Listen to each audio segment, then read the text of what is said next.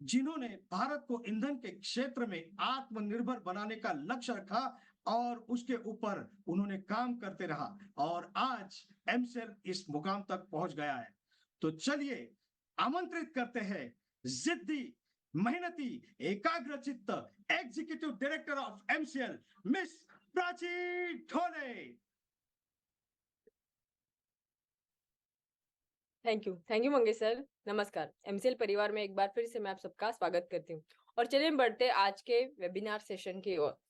आप हम सभी ने फिलहाल ये एक न्यूज सुनी, उत्तराखंड में जब जो ट्यूनल था वो पूरा बंद हो गया था, तो अंदर के जो वर्कर्स है उनको बाहर निकालने के लिए रैट होल माइनिंग इसका इस्तेमाल किया गया था, और जिन्होंने ये काम किया था उसको रैट होल माइनर्स बोलते हैं। लेकिन आज की कहानी उनकी नहीं है, बल्कि ये रैट होल माइनिंग जहां से निकली है, जो इसका बेस है, हम उसके बारे में सुनते हैं। तो ये जो रैट होल माइनिंग है वो स्टार्ट हुई मेघालय से। मेघालय एक ऐसा स्टेट है जहाँ पे कोल माइनिंग स्टार्ट तो हुई, लेकिन वो बहुत ही छोटे छोटे लेवल पे, एक जैसे बड़े लेवल पे छत्तीसगढ़ और ये सब स्टेट में था, वैसे वहां पे कोल जो अवेलेबिलिटी थी या निकालना उसके क्लाइमेटिक कंडीशन के हिसाब से और जियोग्राफिकल सिचुएशन के हिसाब से पॉसिबल नहीं था। तो ऐसे छोटी छोटी सुरंग बनती थी, जिस सुरंग में जो लोग हैं वो घुसते थे, जो दुबले पतले हैं उनको ज्यादा रोजगार मिलता था, और इस तरीके से पूरा जो मेघालय का स्टेट है वो उसके ऊपर ही निर्भर था। जब ये कोल माइनिंग एक लेवल के ऊपर चला गया, तब नेशनल ग्रीन ट्रिब्यूनल ने यहाँ पे इंटरफेयर किया और यहाँ की जो कोल माइनिंग है वो बंद कर दी। जब ये बंद हो गया तो मेघालय के सभी लोगों के पास ये जो इम्पोर्टेंट चीज थी कि रोजगार की, अभी वो क्या करेंगे, जिसमें से जब वो कोल माइनिंग करते थे तो अपनी ये पूरी जान जोखिम में डाल के उनको सिर्फ 300 रुपए पर डे इतना ही मिलता था। इन सब चीजों में, ये सब सिचुएशन में, एक जो आज की मैं कहानी के हीरो नहीं लेकिन हीरोइन बोलूंगी, जिनका नाम है ट्रिनिटी साइयो, और जिनको टर्मरिक लेडी ऑफ इंडिया भी बुलाते हैं। तो इन्होंने ऐसा क्या किया कि पूरे मेघालय का जो चित्र है वो ही पलट गया। तो शुरुआत ऐसी हुई, ये भले ही एक टीचर हो एक स्कूल में, लेकिन इन्होंने ये देखा कि अगर मुझे लगता है कि मेरे लोगों को रोजगार मिले तो कुछ ऐसा करना चाहिए कि जो सिर्फ मेघालय के पास में ही है। तब उन्होंने स्टार्ट किया अपने सस्टेनेबल रूट को देखने के लिए, और वो है खेती। खेती में भी कोई ऐसा वनस्पति या ऐसा हम प्लांट ले जो कि बाकी कहीं पे भी अवेलेबल नहीं है। तब उन्होंने ये देखा कि टर्मरिक यानी हल्दी, उसमें से भी इनकी जो हल्दी है मेघालय की, जिसको लकडोम हल्दी बोलते हैं, वो सिर्फ और सिर्फ मेघालय में है, और पूरे दुनिया में ये बेस्ट हल्दी है। वो इसलिए कि हल्दी जो बेस्ट होती है, उसकी क्वालिटी होती है, वो डिटरमाइन होती है उसके करक्यूमिन लेवल पे। और यहाँ पे जो लकडोम हल्दी है उसका करक्यूमिन लेवल 7+ है, जो कि पूरे भारत देश में भी आपको कहीं पे भी नहीं मिलेगा और पूरे दुनिया में कहीं नहीं मिलेगा। पूरे दुनिया में हल्दी के लिए भारत नंबर 1 एक्सपोर्टर है, वो पूरे दुनिया को सप्लाई करता है। 75% पूरे दुनिया की हल्दी भारत से जाती है, और उसमें भी बेस्ट हल्दी मेघालय से बनती है, जिन्होंने ये ट्रिनिटी साइयो ने उसकी शुरुआत की। इसके साथ में उन्होंने अपने साथ महिलाओं को पहले जोड़ा। आज 1000 से भी ज्यादा महिलाओं को उन्होंने रोजगार दिया, और उनका ये मानना है कि सभी महिलाओं इनसे लाइवलीहुड जनरेट कर सकती है, जो कि माइनिंग जैसे रिस्क वाले रोजगार से ये बेहतर है। तो सब लोग अभी धीरे धीरे छोड़ के जो ओरिजिनल इनकी खेती है लकड़ोम की, वो उन्होंने करना शुरू किया। इसके लिए उनके लिए भारत सरकार ने पद्मश्री अवार्ड भी दिया, जिनको उससे नवाजा गया। और जो सब्सिडी है वो भी स्टेट में 75% से ज्यादा इनको इसके लिए सब्सिडी भी दी। ये थी कहानी आज ट्रिनिटी साइयो की, जिन्होंने एक सस्टेनेबल जो हमारे रूट्स है वहां से एक सोल्यूशन पूरे भारत देश के सामने रखा है, और कैसे एक स्टेट का रोजगार सस्टेनेबली शुरू हो सकता है ये बताया। तो चलिए अभी बुलाते हैं ऐसे ही डायनामिक लीडर को, जिनकी खासियत ये है कि जब हम सोचना बंद कर देते हैं तब वो आउट ऑफ द बॉक्स सोचते भी है और उसको करके भी दिखाते हैं। ऐसे हमारे managing director and CEO doctor Shyam Golap sir. Thank you.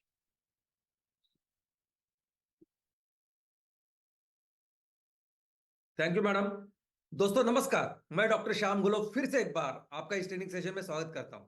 मैं आशा करता हूं कि आप सभी लोग स्वस्थ हैं और आप अपने साथ अपने परिवार का, यानी घर का परिवार और एमसेल परिवार दोनों का ख्याल रख रहे हैं।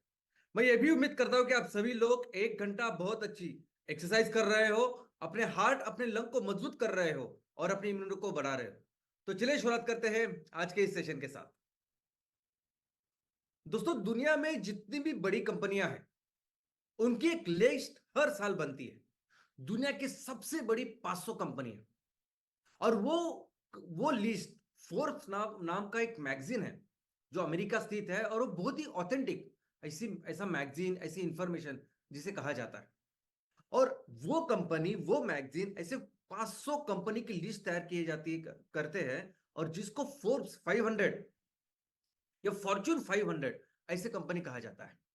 इस फॉर्च्यून 500 कंपनी का एक हिस्सा बनना, इस फॉर्च्यून 500 कंपनी में आना यानी बहुत गौरव की बात होती है। इस फॉर्च्यून 500 कंपनी में आना यानी बहुत बड़े तक पे, यानी बहुत बड़ा मकाम आपने हासिल किया, ऐसा माना जाता है।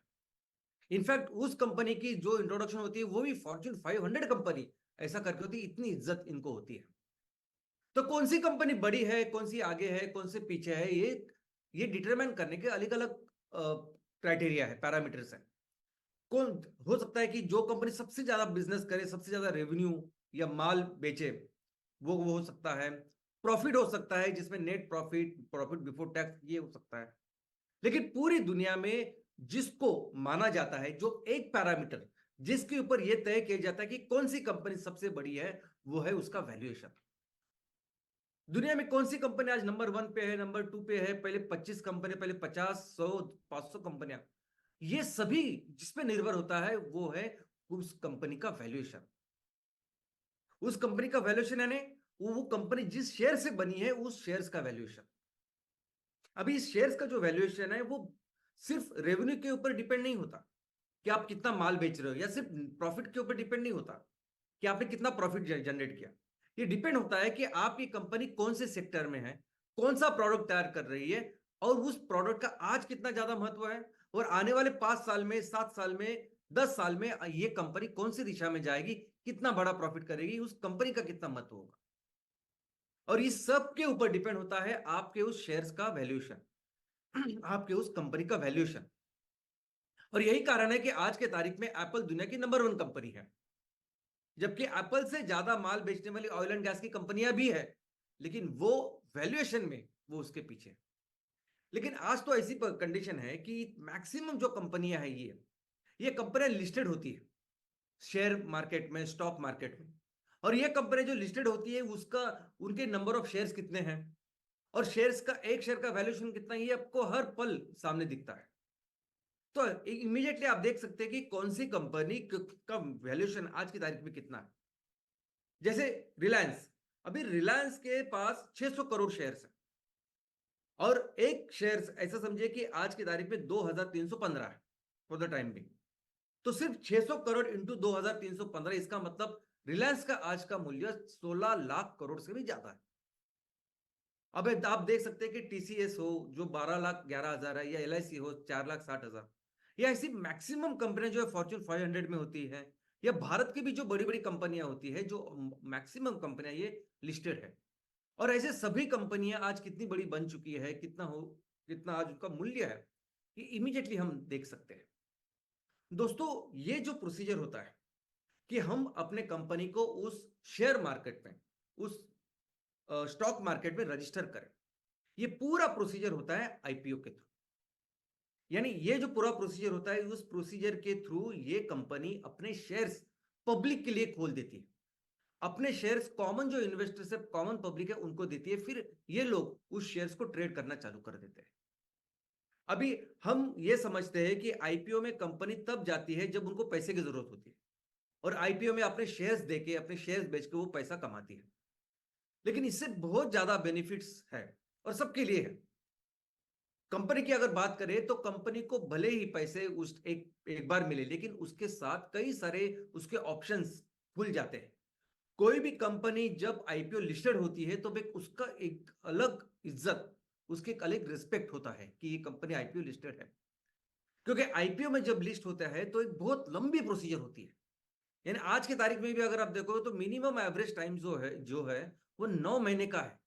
9 महीने में आपकी जो कंपनी अगर आपको लिस्ट करनी है तो आपके बारे में पूरी स्क्रूटिनी की जाती है, पूरी पढ़ाई की जाती है, एग्जामिनेशन आपका होता है, आपके प्रोमोटर से लेके, आपके बैलेंस शीट से लेके, अकाउंट्स, एवरीथिंग एवरीथिंग। और हमारे देश में जितने भी स्टॉक मार्केट है उनकी एक नियामक संस्था है जिसको कहते हैं हम SEBI, stock exchange and securities board of India. अभी ये जो कंपनी है ये इतनी स्ट्रिक्टली सब करती है कि 9 महीने के बाद जब आप रजिस्टर होते हो तो आपकी तो इज्जत बनती है, लेकिन बहुत सारे ऐसे इंस्टीट्यूशंस है, बैंक्स है, लॉन्ग टर्म इंस्टीट्यूशंस है कि जो निवेश करती है सिर्फ ऐसे कंपनियों में जो कंपनियां लिस्टेड होती है, और वो जो इक्विटी के अगेंस्ट नहीं निवेश करती, वो लॉन्ग टर्म और ह्यूज क्वांटिटी में वो निवेश करती है। तो उनके लिए भी एक सुकून होता है कि ये कंपनी लिस्टेड है, इसका मतलब इसकी पूरी स्क्रूटिनी हो चुकी है। लोगों को फायदा होता है क्योंकि वो शेयर लोग उसके साथ ट्रेड कर सकते हैं। और ऐसे कई सारे जो एंजल इन्वेस्टर है जो कंपनी के साथ शुरुआत में होते हैं वो अपने शेयर्स बेच के पैसा भी कमा सकते हैं। तो ऐसे आईपीओ के कई सारे फायदे हैं। अभी एक टिपिकल स्टोरी, कोई भी कंपनी की स्टोरी जो कंपनी आज की तारीख में समझिए कि बहुत बड़ी है, या कोई स्टार्टअप कंपनी हमारे सामने खड़ी हो रही है, बढ़ रही है, इसकी टिपिकल स्टोरी ये होती है कि इस हर किसी कंपनी की शुरुआत होती है एक बिजनेस आइडिया के साथ, एक ऐसी वस्तु, एक ऐसी सेवा जिसका हम निर्माण करेंगे और वो वस्तु, वो सेवा ग्राहकों की जरूरत को पूरा करेंगे, ग्राहकों की जिंदगी बेहतर करेंगे, या ग्राहकों का कोई भी ऐसा प्रॉब्लम है उस प्रॉब्लम को ये प्रोडक्ट सॉल्व करेगा। तो ऐसे एक आइडिया के साथ, बिजनेस आइडिया के साथ इस कहानी की शुरुआत होती है। और बिजनेस का भी डेफिनेशन वही है कि आप ऐसी वस्तु और सेवा बनाओ, ग्राहकों को बेचो और उससे पैसा कमाओ। और आपकी कंपनी इस वस्तु को लेके, इस प्रोडक्ट को लेके कितना बड़ा काम करेगी, ये किस पे डिपेंड होता है? तो ये डिपेंड होता है कि आपका वो प्रोडक्ट उस ग्राहकों की समाज के आज कौन सी प्रॉब्लम सॉल्व कर रहा है। जितना बड़ा प्रॉब्लम आप सॉल्व कर रहे हैं उतना बड़ा डिमांड, उतनी बड़ी जरूरत आपके प्रोडक्ट की होती है, और उतना बड़ा पोटेंशियल होता है कि आपकी कंपनी आगे जाके उतना बड़ा काम करेगी। तो डिपेंड होता है अल्टीमेटली कि आपका प्रोडक्ट कौन सी चीज, कौन सा प्रॉब्लम सॉल्व कर रही है। अब इसको प्रोसेस को समझना जरूरी है कि कोई भी, अगर कितनी भी बड़ी आज की तारीख में कंपनी हो, एप्पल हो, कोई भी हो, अमेजॉन हो, उसकी शुरुआत होती है एक सिंपल आइडिया के साथ। और आगे क्या होता है? तो आगे पहला स्टेप होता है कि उस जो आइडिया है कि मैं इस प्रोडक्ट के साथ ये प्रॉब्लम सॉल्व कर सकता हूं, इससे बिजनेस किया जा सकता है, मैं नेपियर ग्रास से एमकोल तैयार कर सकता हूं, और एमकोल सभी तरह के कोल एप्लीकेशन को रिप्लेस कर सकता है, कोल को रिप्लेस कर सकता है। तो ये कहीं ना कहीं डेमो, ये कहीं ना कहीं इसका जो प्रूफ है वो करना पड़ता है। भले ही वो आप घर में करें, आपके लैब में करें, आपकी छत के ऊपर करें, कहीं भी करें, छोटे से स्केल में, कि ये देखो नेपियर ग्रास से ये कोयला बन रहा है। तो ये होती है पहली स्टेप, जिसे कहते हैं प्रूफ ऑफ कंसेप्ट। नेक्स्ट जो स्टेप होती है कि आपको एक बिजनेस प्रोटोटाइप करना होता है, यानी वो जो आपने कहा है, वो अपनी थ्योरी या आपने वो जो प्रूफ तैयार किया है, उसका बिजनेस का एक मॉडल, सिर्फ एक मॉडल, एक ऐसा प्रोजेक्ट जिसमें बिजनेस हो रहा है, जिसमें नेपियर ग्रास बन रहा है, उसको काट रहे हैं हम लोग, उसको मैन्युफैक्चर कर रहे हैं एमकोल में, एमसीएनजी में, वो तैयार कर रहे हैं और वो ग्राहकों को बेच रहे हैं, और वो बेच के हम पैसा कमा रहे हैं। बस ये सबसे इंपॉर्टेंट होता है हर किसी बिजनेस में, हर किसी कंपनी में, ये सबसे इंपॉर्टेंट स्टेप होती है। चाहे वो फेसबुक हो, अमेजन हो, एप्पल हो, या कोई भी कंपनी हो, ये सबसे इंपॉर्टेंट होता है। एक बार ये एस्टेब्लिश होने के बाद ये सभी लोग जो इस बिजनेस में काम करते हैं वो सिर्फ एक ही चीज के ऊपर फोकस करते हैं। वो क्या? कि ये जो प्रोजेक्ट एक जगह पे आपने किया है, बस उसको मल्टीप्लाई करना। चाहे वो मैकडोनाल्ड हो, चाहे वो फेसबुक हो, इसमें फिर सभी लोग जो फोकस करते हैं वो सिर्फ और सिर्फ होती है फंडिंग। कैसे फंडिंग लाए? अभी एक प्रोजेक्ट आपने किया ना, चलो 10 प्रोजेक्ट के लिए फंडिंग लाए, 10 प्रोजेक्ट के बाद 15 प्रोजेक्ट के लिए फंडिंग लाए, ऐसे करते करते वो बढ़ता रहता है। और दोस्तों आज की तारीख में अगर आप देखोगे ना, ये फंडिंग इतनी आसान हो गई है। इनफैक्ट आपके पास अगर सिर्फ आइडिया है, पेपर पे, कागज पे, आपने कुछ अभी तक किया नहीं, फिर भी लोग आपको पैसे देते हैं कि चलो आपके आइडियाज है ना, आपके ऊपर भरोसा रख के आप बोलते हैं कि चलो इसका एक प्रूफ दिखाओ उनको कैसे होता है। आपने वो प्रूफ करके दिखाया छोटे से लेवल पे, फिर भी लोग आपको पैसे दे कि चलो इसका भी बिजनेस मॉडल तैयार करो, एक प्रॉपर डेमो तैयार करो। और इसके बाद एक बार आपने एक वो प्रोजेक्ट डेमो तैयार किया, फिर प्रोफेशनल्स आपको पैसा देने के लिए आते। अभी तक जो लोग आपको पैसा देते हैं ये दो स्टेज के ऊपर, जो प्री सीड और सीड कहते हैं, वो लोग आपके ऊपर भरोसा रख के फरिश्ते जैसे आपको पैसे देते हैं, इसलिए उनको एंजल यानी फरिश्ता, एंजल इन्वेस्टर्स ऐसे कहा जाता है। लेकिन उनको पैसे भी उतने अच्छे मिलते हैं। इस स्टेज पे अगर उन्होंने पैसे लगाए तो बहुत ज्यादा उनको मल्टीप्लाई अच्छे पैसे आईपीओ में मिलते हैं। और बाकी के इसके बाद जो लोग आते हैं वो होते पक्का ऐसे लोग कि जो लोग सिर्फ ये जानते हैं कि कैसे हमारे पैसे को मल्टीप्लाई करें, कैसे ऐसे स्टेज पे आए जहां एक प्रोजेक्ट है रेडी, ये किया जा सकता है, और ये जो बिजनेस सेक्टर है उसमें इतना बिजनेस हो सकता है, ये कंपनी इतनी आगे जा सकते हैं, तो चले पैसा लगाते हैं। और इनका सिर्फ एक होता है कि हमने पैसा लगाया तो उसके 5 गुना मिलना चाहिए, 10 गुना मिलना चाहिए। और कब तक रुकना होता है उनको कंपनी में? जब तक आईपीओ में जाना है। तो ये लोग क्या करते हैं, इन लोग को कहते हैं वेंचर कैपिटलिस्ट। और ये लोग क्या करते हैं, हर लेवल की एक फंडिंग शुरू करते हैं। तो जब पहली फंडिंग देते हैं तो उसे कहते हैं series E funding, series A, उसके बाद सीरीज बी, सीरीज सी, सीरीज डी। अभी कितनी सीरीज होगी ये इसका कोई रिस्ट्रिक्शन नहीं है। अभी तक ई तक लोगों ने सीरीज की है, A B C D E, और उसके बाद आईपीओ किया। लेकिन हम कितना भी कर सकते हैं, जो उनके प्लानिंग के ऊपर डिपेंड होता है। और अल्टीमेटली ये लोग हर लेवल पे इक्विटी लेते हैं, पैसा देते हैं, और एग्जिट कहाँ होते हैं? आईपीओ में। तो आप देख सकते हैं कि एक बार एक प्रोजेक्ट होने के बाद इस लेवल पे ये वेंचर कैपिटलिस्ट लोग आते हैं और अपना अपना पैसा लगाते हैं। और पैसा इसलिए लगाते हैं कि उनको पैसा मल्टीप्लाई करना होता है, वो 5 गुना 10 गुना करना होता है, और बस उनका वही फोकस होता है। और फोकस होता है कि एग्जिट होना आईपीओ में। और जब आईपीओ में ये लोग निकल जाते हैं तब एंट्री होती है पब्लिक की, एंट्री होती है पब्लिक की, जो फिर अपनी अपनी कैपेसिटी के अनुसार वो शेयर्स लेते हैं। फिर वो देखते हैं कि कैसे शेयर्स को रखा जाए, बेचा जाए, क्या डिविडेंड मिलेगा वो। और बाकी इंस्टीट्यूशंस आते हैं, जो बड़े बड़े इंस्टीट्यूशन, उनको इक्विटी से कुछ लेना देना नहीं होता, उनको एक अच्छा रिटर्न चाहिए होता है। तो ये प्रॉपर प्रोसीजर होता है। और दोस्तों ये जो लोग जो कंपनी को बनाते हैं ना, इनका काम भी होता है ये एक प्रोजेक्ट बनाना, उसको अच्छी तरह से दिखाना, बस इतना ही काम होता है। उसके बाद हर लेवल पे एक्सपर्ट आते हैं, हर लेवल पे, यानी जो वस्तु का उन्होंने निर्माण किया, प्रोडक्ट का निर्माण किया, उसको बेहतर करने के लिए भी आर&डी टीम में टेक्निकल एक्सपर्ट्स आते हैं। वो उनको हायर करते हैं पैसों से, और वो जो उसका बैकग्राउंड है, जो एक्सपर्ट साइंटिस्ट, उनको फिर लेके आते हैं वो काम आगे लेके जाने के लिए। अभी हमने एमस्टो और एमपीलेट अभी लॉन्च किया है सबके सामने। आज के तारीख में आपके सामने जो एमस्टो है ना, उससे आने वाले दिनों में एक ऐसा एमस्टो आएगा कि जो सेम एलपीजी जैसा दिखेगा आपको। एलपीजी का जैसे स्टोव होता है वैसे, यानी वहां एक एलपीजी का सिलेंडर होता है, वहां से गैस आती है और वो जलती है। वैसे ही आने वाले दिनों में एमपीलेट एक जगह बंद होगा, उससे गैस होगी जनरेट, और वो गैस वैसे ही जलेगी जैसे आज की तारीख में एलपीजी जल रहा है या नेचुरल गैस जल रही है। जो प्रोजेक्ट आगे बढ़ाने होते हैं, यानी एक 5 जगह पे 10 जगह पे करने, वो सब एक्सपर्ट करते हैं।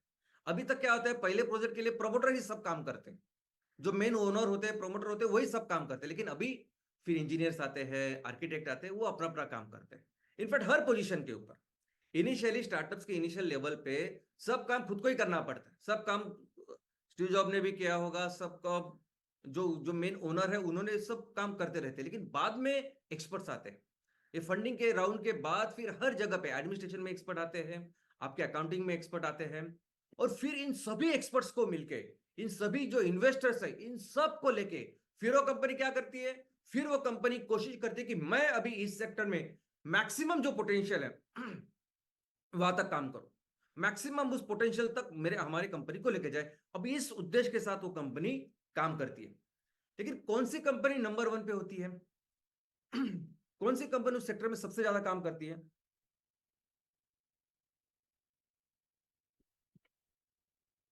बहुत बार ऐसा होता है कि ऐसा सेक्टर मिलने के बाद बड़े बड़े कॉर्पोरेट हाउसेस उसमें एंट्री करते हैं। कोई भी ऐसा नया सेक्टर जब खुलता है ना, तो कॉर्पोरेट हाउसेस एंट्री करते हैं। हमको लगता है इतनी बड़ी कंपनी है, ये कंपनी आएगी अब ये नंबर 1 बनेगी। ऐसा बिल्कुल नहीं होता। भले ही उनके पास रिसोर्सेज ज्यादा होते हैं, उनके पास पैसे ज्यादा होते हैं, उनके पास लोग ज्यादा होते हैं, लेकिन कंपनी वही बड़ी होती है जो कंपनी बनती है किसी विजन के साथ, किसी मिशन के साथ। और ये जो कंपनी, उनकी क्लैरिटी होती है थिंकिंग की, हर चीज में वो उसके बेहतर करने के लिए काम करते हैं, और वो हर बार इनोवेट करने की कोशिश करते हैं। और इसका बहुत जबरदस्त एग्जांपल आज हमारे आंखों के सामने, वो है डीमार्ट। जब डीमार्ट ने शुरुआत की दोस्तों, डीमार्ट के जो मेन संस्थापक है उनका नाम है राधा किशन दमानी। इन्होंने जब शुरुआत की तब इस मार्केट में, इस सेक्टर में रिलायंस, जो हमारे देश की, दुनिया की, देश की नंबर 1 कंपनी है, वो उसके हजारों से ज्यादा बहुत बड़े बड़े स्टोर्स थे। फ्यूचर ग्रुप जिस उसके हजारों से ज्यादा बहुत बड़े बड़े स्टोर्स है। और ऐसे पोजीशन में, ऐसे परिस्थिति में राम दमानी साहब ने एंट्री की। क्या क्या उन्होंने पहले, तो पहले 1.5 साल उन्होंने खुद एक डिपार्टमेंटल स्टोर जो खरीद सकते थे लेकिन भाड़े पे लिया, और उस पे 1.5 साल ऐसे काम किया जैसे मैनेजर काम कर रहे। खुद जाते थे दरवाजा खोलने के लिए, सब कुछ उन्होंने किया और सीखा। सीखा कहाँ पैसे हम सेव कर सकते हैं और कैसे उसका फायदा हम ग्राहकों को दे सकते हैं। हर चीज सीखी उन्होंने बारकाई से। और आज की परिस्थिति देखिए, सब कुछ बंद हो चुका है और डीमार्ट नंबर वन कंपनी बन चुकी है, दूसरी कोई कंपनी नहीं पास में। वैसी एप्पल है ना, एप्पल को देख के कितनी सारी कंपनियां कोशिश कर रहे हैं कि एप्पल के सामने आगे जाए, कुछ करे, फ्लिप करे, ये करे, वो करे। लेकिन एप्पल जो सोचती है, जो उसकी जो विजन है, मिशन है कि think out of the box, innovation, ये कोई कर ही नहीं पाता क्योंकि वो सोच ही नहीं उनकी। अमेजोन कितना अच्छा एग्जांपल है। अमेजोन के बाद हजारों कंपनी आज ऑनलाइन ट्रेडिंग में, हजारों कंपनी, और उसमें कॉर्पोरेट्स भी है। हमारे देश की बात करोगे तो टाटा भी है ऑनलाइन में। अमेजोन के पास भी नहीं है कोई, क्योंकि अमेजोन की जो जो सोच है ना कि कस्टमर को सबसे मोस्ट कस्टमर फ्रेंडली कंपनी बना, तो बस उस पर ही वो काम करती है। तो कोई नहीं इसके पास भी आ सकता। दोस्तों ऐसा ही होने वाला है इस बायोफ्यूल में। ये एमकोल बनाया, ये कुकिंग सिस्टम हमने बनाई, इसका मतलब बहुत बड़ी बड़ी कंपनी आएगी। एमसीएनजी हमने बनाया, बहुत बड़ी बड़ी कंपनी आएगी। सब लोग कचरे के ऊपर काम कर रहे हैं, तो हम लोग हमने अभी नेपियर गैस के ऊपर काम किया और सबको एक जबरदस्त रास्ता दिखाया। इसका मतलब जो बड़ी कंपनी आएगी वो बड़ा काम करेगा, ऐसा बिल्कुल भी नहीं। इस सेक्टर को हमेशा जो लीड करेगी वो एमसीएल होगी, आप देखेंगे। और ये जो बड़ी कंपनियां होती है ना दुनिया में, वो बेसिकली 2 सेक्टर में काम करती है। एक होती है टेक्नोलॉजी जो डिस्ट्रप्शन होता है, जैसे फेसबुक, व्हाट्सएप, जिसने ईमेल को पीछे छोड़ दिया हर चीज के लिए। तो टेक्नोलॉजी में जो काम करते हैं वो बड़ी बन जाती है, फास्ट, वो बड़ी आज की तारीख में कंपनियां हैं।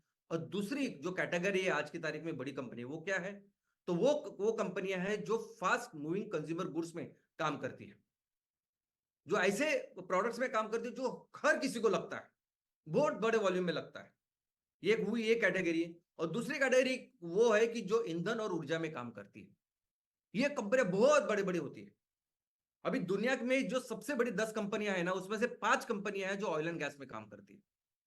उसमें से 10 में से 2 कंपनियां ऐसी जो फास्ट मूविंग कंज्यूमर गुड्स में काम करते हैं, पहली है वॉलमार्ट और दूसरी अमेजॉन। और टेक्निकल एक ही कंपनी, वो है एप्पल। तो ये है दुनिया की सबसे बड़ी कंपनी। दोस्तों अभी हमने देखा कि किस तरह से ये कंपनियां बड़ी बन जाती है, कौन से सेक्टर में बन जाती है, क्यों बड़ी बन जाती है। अभी इस सेक्टर, ये सब देखने के बाद, समझने के बाद, पढ़ने के बाद, आप अपने कंपनी के बारे में सोचिए। आप देखिए मिराकल इनफिल्स लिमिटेड को, एमसीएल को। एमसीएल ऐसी कंपनी है जो एक मिशन के साथ बनी हुई है।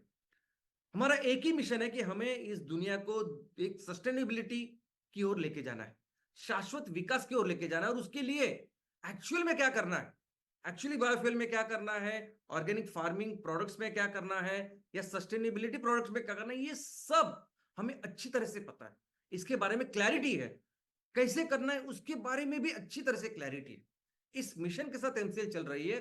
और एमसीएल का विजन भी अगर आप देखोगे तो हमारा भी एक विजन में क्लैरिटी है, जो बहुत इंपॉर्टेंट होती है हर कंपनी को, ये क्लैरिटी होना।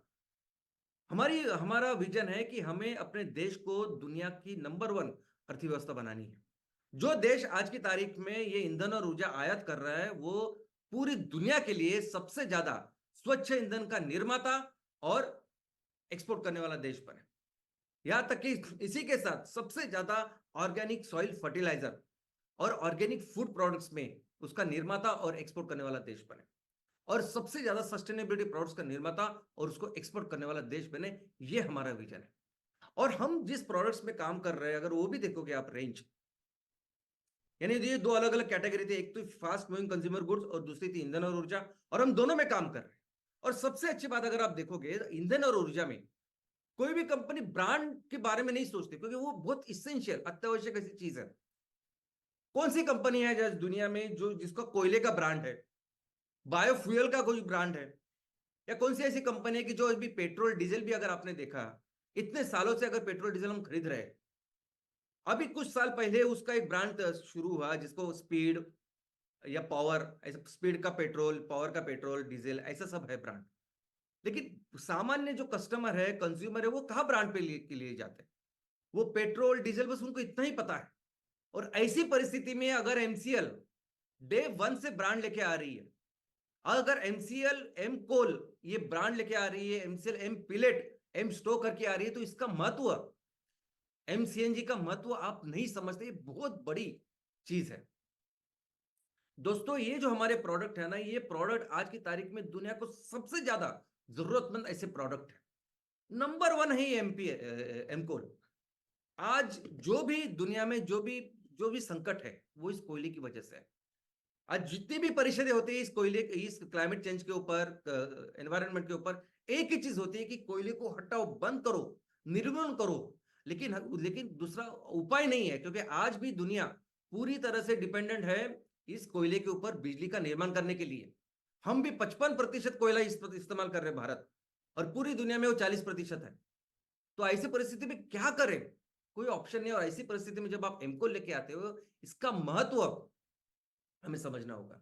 दूसरा है एम पिलेट और एम स्टोव है, ये एम कुकिंग सिस्टम है दोस्तों। ये कुकिंग सिस्टम इतनी जरूरत है कि आपको अंदाजा नहीं, लेकिन हमारे देश में हम कहते हैं कि 43% ऐसे परिवार है कि जिनके पास खाना बनाने के लिए अच्छा ईंधन नहीं है। वो कोयले का, वो लकड़ी का इस्तेमाल करते हैं, गोबर का इस्तेमाल कर रहे हैं, और उसकी वजह से हमारे देश में कम से कम 6 लाख माता और बच्चों की, बालक की मृत्यु हो रही है। लेकिन पूरी दुनिया में ये जो आंकड़ा है, पूरी दुनिया में 40% है। 40% पूरी दुनिया में ऐसे परिवार है कि जिनके पास कुछ नहीं है। सेम ऐसी कंडीशन है। और किसी भी देश का अगर हेल्थ का इंडिकेटर, नंबर 1 इंडिकेटर कुछ है, तो माता और बाल, उनका हेल्थ, ये किसी भी देश के हेल्थ का इंडिकेटर है। तो वैसे ही दुनिया का हेल्थ का इंडिकेटर अगर कुछ है, तो वो हमारे बच्चों की और मां की सेहत है। इसीलिए ये सबसे इंपॉर्टेंट काम है यूनाइटेड नेशंस के लिए। यूनाइटेड नेशंस का जो भी लक्ष्य है, मिलेनियम गोल में 8 सिर्फ लक्ष्य थे, उसमें से 2 ये थे, और अभी भी सस्टेनेबल गोल में सबसे इंपॉर्टेंट लक्ष्य ये है। और इसके लिए बहुत जरूरी है दुनिया में इस प्रोडक्ट की जो हम तैयार कर रहे हैं और बेच रहे हैं, एम पिलेट, एम स्टोव, एमसीएनजी। दोस्तों ईवी हम कितनी बात करें, लेकिन पूरी दुनिया को पता है कि ये ईवी जो कार्स है, जो बैटरी पे चलने वाली गाड़ियां है, वो सस्टेनेबल बिल्कुल नहीं है। इस सब परिस्थिति हमारे सामने, और इस आने वाले दिनों में अगर सस्टेनेबल ट्रांसपोर्टेशन फ्यूल कोई है, और हर चीज में, यानी विमान से लेके आप 2 व्हीलर तक, ये होने वाला है एमसीएनजी, एम कैफे यानी एक्चुअली ऑर्गेनिक फार्मिंग कैसे करें? लोगों को आदत डालनी पड़ेगी ना। अभी ये बड़े बड़े रेस्टोरेंट हम डाल रहे, हो सकता है कि कल जाके सिर्फ एक वड़ा पाव का सेंटर हो, एक ही वड़ा पाव होगा, लेकिन 100% ऑर्गेनिक। एक ही समोसे का सेंटर रहेगा, समोसा ही मिलेगा आपको और चाय, लेकिन वो 100% ऑर्गेनिक होगा शहरों में। ये तरीका है काम करने का। अभी कोई भी दूसरी कंपनी होती तो क्या करती? ये एक प्रोजेक्ट तैयार किया है, डेमो प्रोजेक्ट किया है, तो बस किसके पीछे? पैसों के पीछे। किसके पीछे? फंडिंग के पीछे। और सब ने यही किया है, सब ने, एप्पल हो, फेसबुक हो, अमेजॉन हो, हर कंपनी ने बस यही काम किया है। इसी तरीके से वो अभी दुनिया की बड़ी कंपनी बन गई।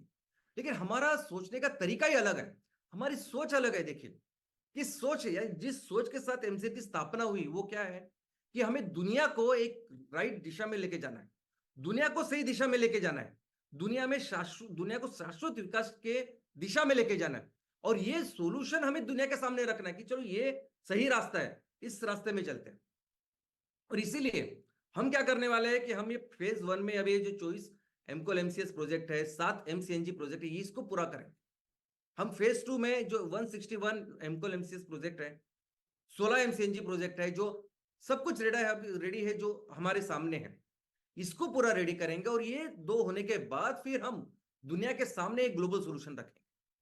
लेकिन दुनिया के सामने जब ग्लोबल सोल्यूशन रखना है, तो इसका मतलब ये नहीं है कि हम वेंचर कैपिटलिस्ट के पास जाएंगे, हमारी इक्विटी देंगे, पैसा लेंगे और फिर बढ़ाएंगे। ऐसा बिल्कुल नहीं करेंगे। हमारा ग्लोबल सोल्यूशन का मतलब क्या है? तो हम आज की तारीख में दुनिया में जितनी भी एनर्जी की इन्वेस्टमेंट हो रही है, ये ईंधन और ऊर्जा में आज की तारीख में, इस साल, पिछले साल जो निवेश हुआ वो $2.74 ट्रिलियन। इसका मतलब 225 लाख करोड़, इतना आज की तारीख में निवेश हो रहा है इस सेक्टर में।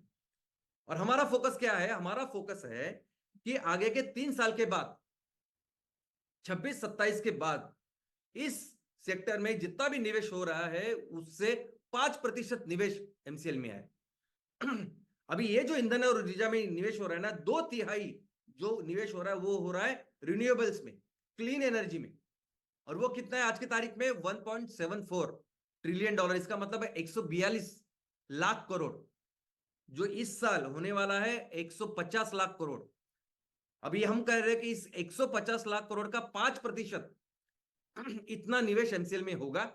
उसकी शुरुआत होगी 26-27 से, और आगे के 10 साल कम से कम 5% इतने होगा। तो इसका मतलब है 150 लाख करोड़ अगर रिन्यूएबल में आ रहा है तो उसका 5%, इसका मतलब है 7.5 लाख करोड़ हर साल इन्वेस्टमेंट एमसीएल में। ये हमारा टारगेट है, ये हमारा लक्ष्य है, जिसके लिए हम काम कर रहे हैं, जिसके लिए इतनी कैपेसिटी का निर्माण कर रहे हैं। ये प्रोजेक्ट निर्माण करके भारत की जो कैपेसिटी वो दुनिया के सामने रख रहे हैं, और फिर जाएंगे दुनिया को बताने कि ये सही रास्ता है करके। और दोस्तों, इसके लिए इस क्षेत्र में दुनिया की नंबर 1 कंपनी बनने का भी हमने एक तरीका फाइनल किया है। हमने तरीका किया कि ये आईपीओ ये चीज होती है ना कि जिसमें दुनिया को पता चलता है कि कौन सी कंपनी कितनी बड़ी बन चुकी है।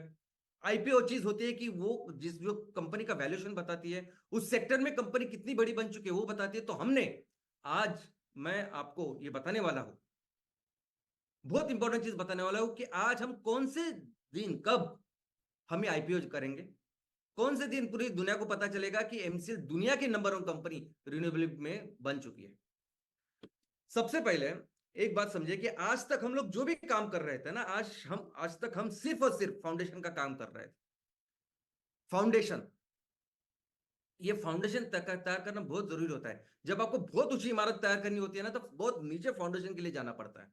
और जब आप फाउंडेशन का काम करते हैं तो लोगों को पता नहीं, लोगों को दिखता नहीं कि आप काम क्या कर रहे हैं, लोगों को समझता नहीं कि आप क्या काम कर रहे हैं। लेकिन जिस तरह जब वो फाउंडेशन पूरा हो जाता है, तो वो जो इमारत इतनी फास्ट हम ऊंची बना सकते हैं कि बाकी के लोग सिर्फ देखते रह सकते हैं। दोस्तों, हमारा जो भी बैलेंस शीट अभी तक आपने देखा है, जो वो आप देख के आपको पता चलेगा कि वो बैलेंस शीट यानी फॉर्मेलिटी करके वो बैलेंस शीट है। ऐसा समझे कि अभी तक प्रॉपर बैलेंस शीट हमने बनाया ही नहीं। वो प्रॉपर बैलेंस शीट की जो शुरुआत होगी वो इस साल से होगी, 2023-24 से होगी। अभी मार्च एंड 2024 तक हमारे जो प्रोजेक्ट्स है वो 45 to 50 हो जाएंगे। हमारे जो बिजनेस ऑपरेशंस है, हम सबको पता है, आपको पता है कि दशहरा को हमने 150 तहसील में हमारे कुकिंग सिस्टम का अनावरण किया, लॉन्च किया। तो बिजनेस ऑपरेशन 150 तहसील में है। अब यही आने वाले नेक्स्ट ईयर में बैलेंस शीट कैसी होगी? तो ये जो प्रोजेक्ट 161 है एमसीएनजी के प्रोजेक्ट है, मिलके कुल 180 से लेकर 200 प्रोजेक्ट इसमें हो। अभी मैं सिर्फ आपके सामने जो है वही बता रहा हूँ। और ये बिजनेस ऑपरेशन कितने तालुका में चालू होगा? तो 500 तालुका में चालू होगा। तीसरे साल का जो बैलेंस शीट होगा वो क्या होगा कि जिसमें कम से कम 250 से लेकर 300 मैन्युफैक्चरिंग यूनिट फैक्ट्रियां बनेगी, और बिजनेस ऑपरेशन 1000 प्लस तालुका में हो। अब ये 3 साल का जो मैं आपके सामने चित्र रख रहा हूं, ये वो रख रहा हूं कि जो आपको भी पता है कि ये 250-300 लोकेशन आज रेडी है। अगर हम लोग इसके ऊपर काम करें तो आगे के 6 महीने, 9 महीने, 1 साल में ये पूरे हो सकते हैं। 1000 तालुका आज के तारीख में है, लेकिन आगे के 1 साल में, 2 साल में एमसीएल कहाँ जाएगी ये आपको पता है। लेकिन फिर भी आज मैं वो चीजें रख रहा हूं आपके सामने, ऐसा समझे कि इसके आगे 1 इंच हम काम नहीं कर रहे, सिर्फ जो हाथ में है वो पूरा कर रहे। तो क्या होगा वो आप देखिए। हर तहसील में, इस 1000 तहसील में 25 से 50 करोड़ का टर्नओवर हमें बनाना है इस 3 साल में। बहुत अभी हर तहसील की शुरुआत हम कैसे करते हैं कि हम 10,000 मेंबर करते हैं। अभी आने वाले दिनों में तो ये 10,000 मेंबर में तो 1 रुपया किसी से लेना नहीं, ना एमपीओ बीपीओ, 1 रुपया किसी से लेना नहीं। लोगों को लगना नहीं चाहिए कुछ गलत, सिर्फ लोगों को अपने साथ जोड़ना है। किसके लिए? इस 5E मिशन के लिए। हर तहसील में उस 5E मिशन को लेके जाना है। क्या है उस 5E मिशन में? तो सबसे पहले तो 100% एनवायरनमेंट, जो भी काम करेंगे हमें अपने तहसील का जो पर्यावरण है, हमारी जो धरती माँ है, उसका ख्याल रखना, दैट इज नंबर 1। हर काम उसके दिशा में करना है। दूसरा 100% एम्प्लॉयमेंट, जिसको भी आज काम की जरूरत है। उसके अलावा ऐसी गृहिणी जो सिर्फ 4 घंटा काम करना चाहती है, वो भी, हमारे विकलांग, फिजिकली चैलेंज लोग, वो भी क्या काम कर सकते हैं? 100% एम्प्लॉयमेंट क्रिएट करना, 100% सक्षमीकरण करना हमारे किसानों का, महिलाओं का, महिला बचत घटों का। हर घर को एक अच्छा सस्टेनेबल इनकम मिलना चाहिए तालुका में, पूरा इकोनॉमिक डेवलपमेंट होना चाहिए तालुका में। और तहसील को, तालुका को हमारे ईंधन और ऊर्जा में स्वयं पूर्ण करना। अभी आपको लगेगा कि ये हम लोग बड़ी बड़ी बातें करेंगे, लेकिन करेंगे कैसे? कैसे एक्चुअली 100% एम्प्लॉयमेंट देंगे? तो उसके लिए एक सिंपल बट इफेक्टिव प्रिंसिपल्स हमारा, जिसको हम फॉलो करेंगे। क्या करेंगे हम? तो हमारा फोकस होगा मैन्युफैक्चरिंग के ऊपर। हम मैन्युफैक्चर करेंगे। क्या मैन्युफैक्चर करेंगे? वो चीज मैन्युफैक्चर करेंगे जो हमेशा प्रकृति का ख्याल रखे, इको फ्रेंडली चीज ही हम मैन्युफैक्चर करेंगे। क्या मैन्युफैक्चर करेंगे? तो वो चीज मैन्युफैक्चर करेंगे जो इसके लिए रॉ मटेरियल आज किसान बना रहा है। और ये जो माल तैयार करेंगे वो कहां बेचेंगे? वो हमारे गांव में ही, शहरों में, तहसील में ही बेचेंगे। क्योंकि आज के तारीख में हमें अंदाजा ही नहीं है, वो अमेरिका में बैठा हुआ कोई कंपनी, चीन में बैठी हुई कोई कंपनी, यूरोप में बैठी हुई कोई कंपनी हमारे यहाँ छोटे छोटे गांव में साबुन बेच रही है, तेल बेच रही है, कुछ पीने का बेच रही है, छोटी छोटी चीजें भी वो बेच रही है। उसको भी हम लोग रिप्लेस करें ना तो बहुत कुछ हो सकता है। और हमारा जो काम करने की जो नजरिया होगा, कहां से शुरुआत करेंगे? किसी तहसील में, तो तहसील में शुरुआत करेंगे हमारे किसान से। तहसील में ये शुरुआत करेंगे कि हमारे किसान हमारे तहसील में क्या तैयार कर रहे हैं, किसकी खेती कर रहे हैं। और अगर आपको लगता है कि प्याज को भाव नहीं मिलता, टमाटर को भाव नहीं मिलता, सोयाबीन को नहीं मिलता, तो हम वो कंपनी है जिसने पहली बार, यानी किसी ने सोचा भी नहीं था कि नेपियर गैस से एमकोल बनेगा, एमसीएनजी बना सकते हैं और ये सब कुछ कर सकते हैं। तो दोस्तों आपको अंदाजा नहीं कि टमाटर से हम लोग बहुत सारी चीजें बना सकते हैं, बहुत सारी चीजें प्रोसेसिंग कर सकते हैं और उसको बेच सकते हैं। जो प्याज है, जो सोयाबीन है, कॉटन है, ये इतनी इंपॉर्टेंट चीज है कि कई सारी चीजें बन सकती है। सादे आप राइस व्हीट लेंगे तो आपको पता चले। तो शुरुआत करेंगे हम वहां से। जो किसान हमारे यहाँ तैयार कर रहा है ना, बस उसके ऊपर वो प्रोसेसिंग करेंगे। और वो तैयार कौन करेगा? तैयार हमारी किस महिला बचत गट करेगी, युवाएं करेगी, और हम बेचेंगे उसको, बहुत सारी चीजें करने के लिए। और जहां खेती नहीं है, जहां पहाड़ी इलाका है, जहां जहां रेगिस्तान है, जहां खेती नहीं ज्यादा होती है, वहां लोग है ना, लोग आज क्या कर सकते हैं, उनके पास क्या स्किल है, तो वो माल तैयार करेंगे, वो चीज तैयार करेंगे और बेचेंगे। इतने सारे ऑप्शंस है। यानी मैं आज आपको सामने रखता हूं कि हमारे देश में जो जीडीपी है, प्रति व्यक्ति जो जीडीपी है, दुनिया का जो एवरेज है ना, उसका सिर्फ 15% है। यानी दुनिया का एवरेज 6 गुना है हमसे। इतना कम हम लोग यहाँ माल बेचते हैं या जीडीपी का निर्माण होता है। लेकिन फिर भी वो कितना है? वो है 5,000 करोड़। हर तहसील में आज की तारीख में 5,000 करोड़ का माल बेच रही है बाकी के लोग, बाहर की कंपनियां। और ऐसी कंडीशन में इस तहसील में हर ग्राम पंचायत में अगर हमारे उद्योजक है, हर म्युनिसिपल वार्ड में अगर हमारा उद्योजक है, और वो हर हफ्ते हर दिन सिर्फ 5 मिशन के ऊपर ही काम कर रहा है, तो क्यों नहीं करेंगे हम? इतनी लंबी लिस्ट है प्रोडक्ट्स की, बायोफ्यूल सेक्टर से लेके ऑर्गेनिक फूड प्रोडक्ट से लेके सस्टेनेबल प्रोडक्ट, इतनी सारी चीजें बेचने के लिए, जिसके लिए रॉ मटेरियल किसान तैयार करेगा और जिसे हमारी महिला बचत गट तैयार करे, हम बेचेंगे हर गांव में, हर घर में और तहसील में, शहर में। होता है ये 25-50 करोड़, यानी 5,000 करोड़ का 1% यानी 50 करोड़, और उसका आधा परसेंट यानी 25 करोड़। और ये सैटरडे सेशन सबसे सही तरीका है लोगों को अपने साथ लेने का। कंटिन्यूस करेंगे, जैसे मैं आता हूं हर हफ्ते लोगों के लिए खड़ा होने का, किसानों के लिए खड़े होने का, लोगों के लिए खड़ा होने का, और ये काम करने का। और ये होगा हमारा आईपीओ। हमारा आईपीओ आएगा 26-27 में, और कुछ अपवादात्मक हुआ तो 27-28। तो 26-27 को जब हमारा आईपीओ आएगा, तब क्या कंडीशन होगी? आज की तारीख में आपके आंखों के सामने जो है, बस उसके ऊपर भी अगर हम लोग नंबर्स देखें, तो आज हमारा बिजनेस का जो होगा वो 1,000 तहसील में होगा। और उसका रेवेन्यू अगर 25 करोड़ भी रखते हैं हर तहसील में, तो भी 25,000 करोड़ का रेवेन्यू एमसीएल हम सभी मिलकर जनरेट करेंगे। और इस 25,000 करोड़ पे जो हमारा टैक्स, जो बिफोर टैक्स प्रॉफिट होगा, वो 2,500 से 3,000 करोड़ होगा। इतना, इसका मतलब आज की तारीख में अगर सब कुछ बाकी कुछ नहीं बढ़ा है, तो भी हमारे आने वो 26-27 में एमसीएल का शेयर 1,000 से 1,200 रुपया होगा। लेकिन मैं तब बात कर रहा हूं कि जब आपको भी पता है कि हम लोग सिर्फ इसके काम नहीं करेंगे, हम 1,000 नहीं 5,000 जितने भी तहसील उसमें जाने वाले, क्योंकि उन सभी किसानों के लिए काम करना है हमको। आने वाले दिनों में इसका वैल्यूएशन कितना होगा?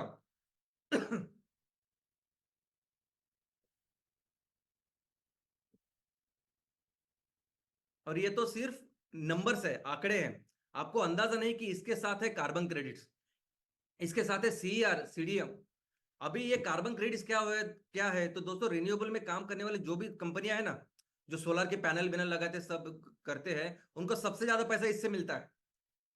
यूनाइटेड नेशंस के द्वारा ऐसी कई सारी कंपनियां जिन्होंने बहुत सारा एमिशन, बहुत सारा धुआं छोड़ा है वातावरण में, वो पैसा देती है आपको। यानी आप अपने गांव में माल तैयार करो, अपने गांव में बेचो, ये आपको लेके पैसा देगी। इसको कहते हैं कार्बन क्रेडिट्स। ये बहुत ज्यादा है, लेकिन हमारा जो कार्बन क्रेडिट होगा वो होगा गोल्ड स्टैंडर्ड। अभी गोल्ड स्टैंडर्ड कार्बन क्रेडिट किसको कहते हैं? अगर आपने वो सोलर पैनल लगाया, सब कुछ किया, तो आप कार्बन डाइऑक्साइड को कम कर रहे हैं, लेकिन बाकी चीजों को नहीं कर रहे। लेकिन अगर आप क्लाइमेट के ऊपर भी काम कर रहे हो, लेकिन उसके साथ बाकी के जो यूनाइटेड नेशंस के गोल है, लक्ष्य, उसके लिए अगर आप काम कर रहे हो, तो ये आपका जो कार्बन क्रेडिट है ना, ये गोल्ड स्टैंडर्ड, यानी बहुत ज्यादा पैसे मिलते हैं उससे। यानी अगर आप ऐसा कुछ काम कर रहे हो कि जिसके साथ आप कार्बन डाइऑक्साइड कम कर रहे हो, लेकिन उसके साथ दारिद्र्य निर्मूलन कर रहे हैं, गरीबी हटाओ, गरीबी का निर्मूलन कर रहे हैं, लोगों को रोजगार दे रहे हैं, गुड हेल्थ, माता और बच्चों के हेल्थ के लिए काम कर रहे हैं, अगर आप महिलाओं को उसका सक्षमीकरण के लिए काम कर रहे हैं, अगर आप पानी का प्रदूषण रोक रहे हैं, अगर आप क्लीन एनर्जी के लिए काम कर रहे हैं, तो दोस्तों आपको अंदाजा नहीं है, 1 टन एमकोल बेच के जितने पैसे मिलेंगे ना, शायद उससे ज्यादा पैसे हमें ये कार्बन क्रेडिट की वजह से मिलेंगे। इसको कहते हैं गोल्ड स्टैंडर्ड। और सिर्फ इसके ऊपर काम करने वाली कंपनियां हैं जो सिर्फ एमिशन ट्रेडिंग के ऊपर है, जो ये काम करते हैं। और एमिशन ट्रेडिंग का मतलब ये नहीं कि हम सिर्फ एमकोल, हम कल जाके कॉटन के ऊपर जो कपड़े तैयार करेंगे बेचेंगे ना, उसके ऊपर भी हमें ये कार्बन क्रेडिट मिलेगा, क्योंकि हम वो क्रूड ऑयल को, वो कचरे को वो कम कर रहे हैं। तो इसके लिए स्पेशली काम करने वाली कंपनी है। और इसलिए हम जो आईपीओ लिस्टिंग करेंगे, हम दुनिया के, भारत का जो मेन जो स्टॉक एक्सचेंज विभाग तो करेंगे, लेकिन दुनिया के न्यूयॉर्क, लंदन स्टॉक एक्सचेंज और हांगकांग स्टॉक एक्सचेंज, यहां अपने आप को रजिस्टर करेंगे। और इसके लिए जब जो वैल्यूएशन होगा, शेयर का वैल्यूएशन, इसका आपको अंदाजा ही नहीं है कि कितना वैल्यूएशन होगा। अगर 1,000-1,200 रुपए आपको ज्यादा लगता है ना, तो भारत में ऐसी कंपनियां हैं, भारत में, जिनका एक शेयर 20,000 का, 25,000 का, 30,000 का भी है। और हम जो काम कर रहे हैं, तो आपको अंदाजा ही नहीं है। और दोस्तों, खेल की अभी शुरुआत हुई है, अभी तक हमने खेल में पार्टिसिपेट ही नहीं किया था। ये जो लोग खेलते हैं ना कि 1 करोड़ करने से बाद funding funding funding, valuation valuation valuation, इसमें अभी तक अभी गए नहीं थे हम लोग। हमने अभी तक हम तैयार कर रहे थे इस खुद को, इस खेल के लिए, इस खेल के लिए, ताकि सबसे, जब भी हम खेल में उतरे, सबसे अच्छा काम करें। और इसके लिए खुद को तैयार कर रहे थे। अभी जो फंडिंग होगी, वो फंडिंग हम अपने टर्म्स पे करेंगे। अभी तक जो भी लोग हमें पैसा देने की कोशिश कर रहे थे, हम नहीं ले रहे थे, क्योंकि हम गुलामी का पैसा नहीं ले सकते और नहीं लेंगे कभी भी। बाकी की कंपनी भले ही ले, बाकी की जितनी भी स्टार्टअप कंपनी है, वो पैसा लेती है यहां से वहां से, पूरा शेयर्स बेचती है। और आज की तारीख में जितना भी निवेश होता है हमारे देश में, वो सब चाइना से आता है, जापान से आता है और अमेरिका से आता है। हम नहीं हाथ लगाएंगे इसको, बिल्कुल नहीं। कोई कुछ भी बोले, कुछ भी, लेकिन हम अभी जो पैसा लेंगे और जो भी कुछ काम करें ना, अपने दम पे करेंगे।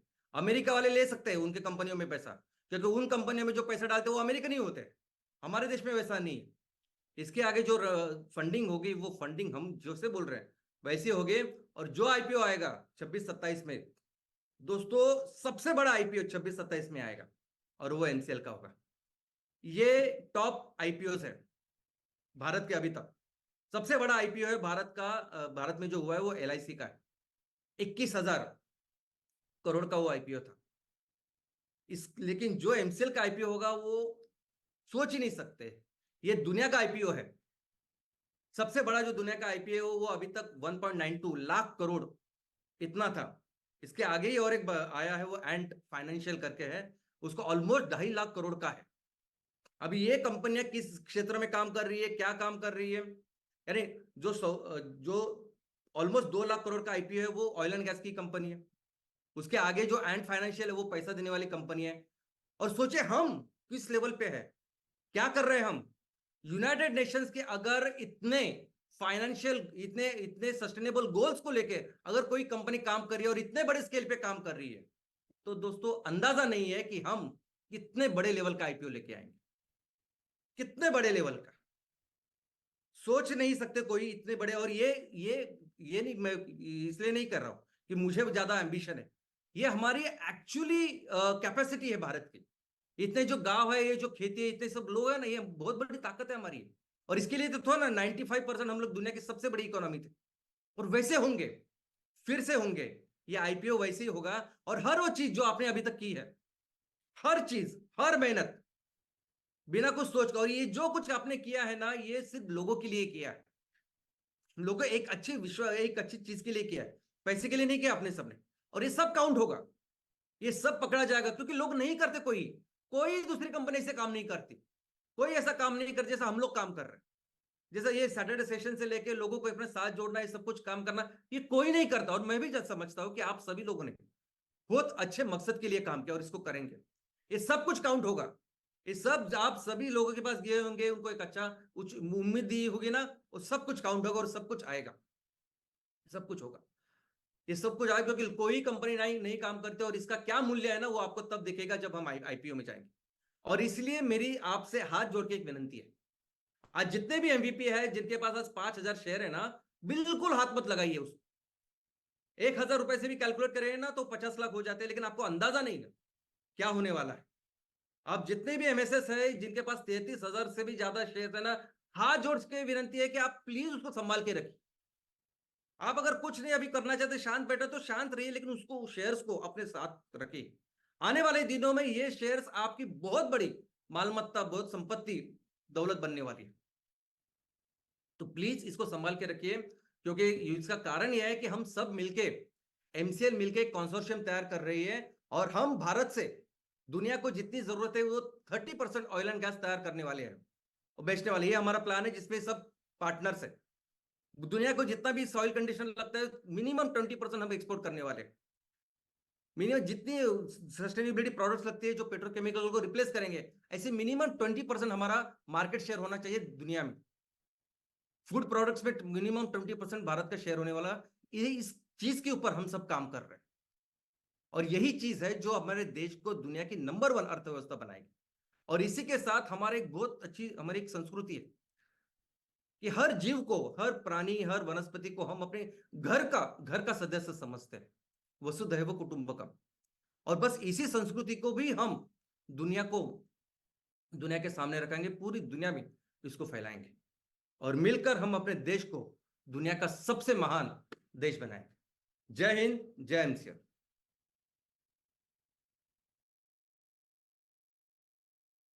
भारत को आर्थिक क्षेत्र में अगर नंबर 1 बनाना है तो भारत के हर तहसील में एक क्रांतिकारी इकोनॉमिकली रिवोल्यूशनरी कंपनीज खड़ी करनी पड़ेगी।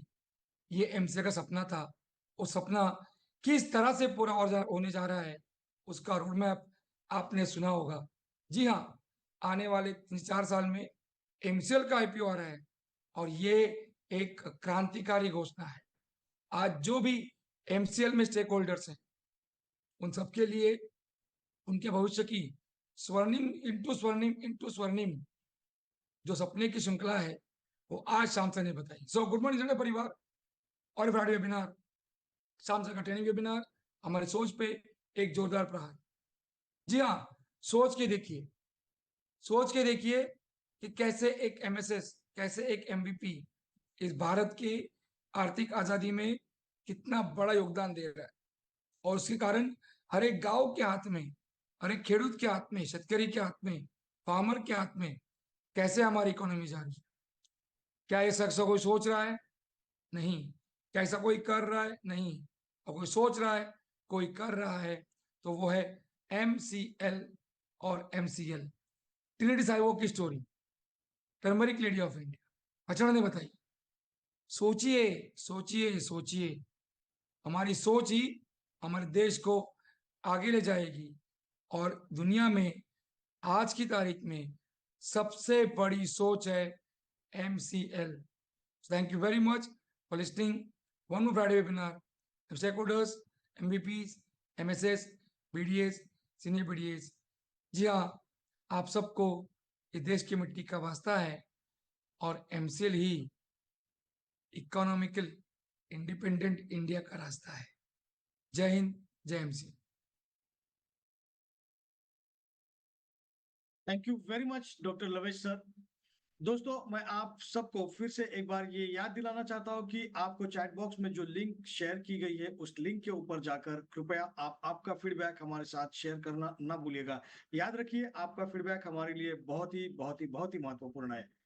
तो चलिए दोस्तों, अब हम शुक्रिया अदा करते हैं प्राची मैडम का, जिन्होंने आज हमें एक ऐसे इंसान की स्टोरी बताई, जिन्होंने फिर एक बार अपनी रूट्स पर जाकर लोगों की सहायता की और सही मायने में वो अपने इलाके में हीरो बन गए। लेकिन दोस्तों, ऐसे कई सारे हीरोज हमारे हर गांव, हर ग्राम पंचायत और हर तहसीलों में हैं और आज हमें उनके ऊपर जरूर फक्र है।